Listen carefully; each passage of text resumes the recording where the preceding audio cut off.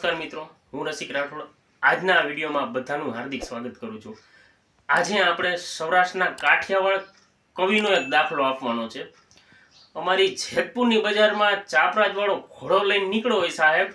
અને એમ કહેવાય કોઈ ચારણ કવિ એને જોઈને એના ઘોડાનું ડાબલાનું વર્ણન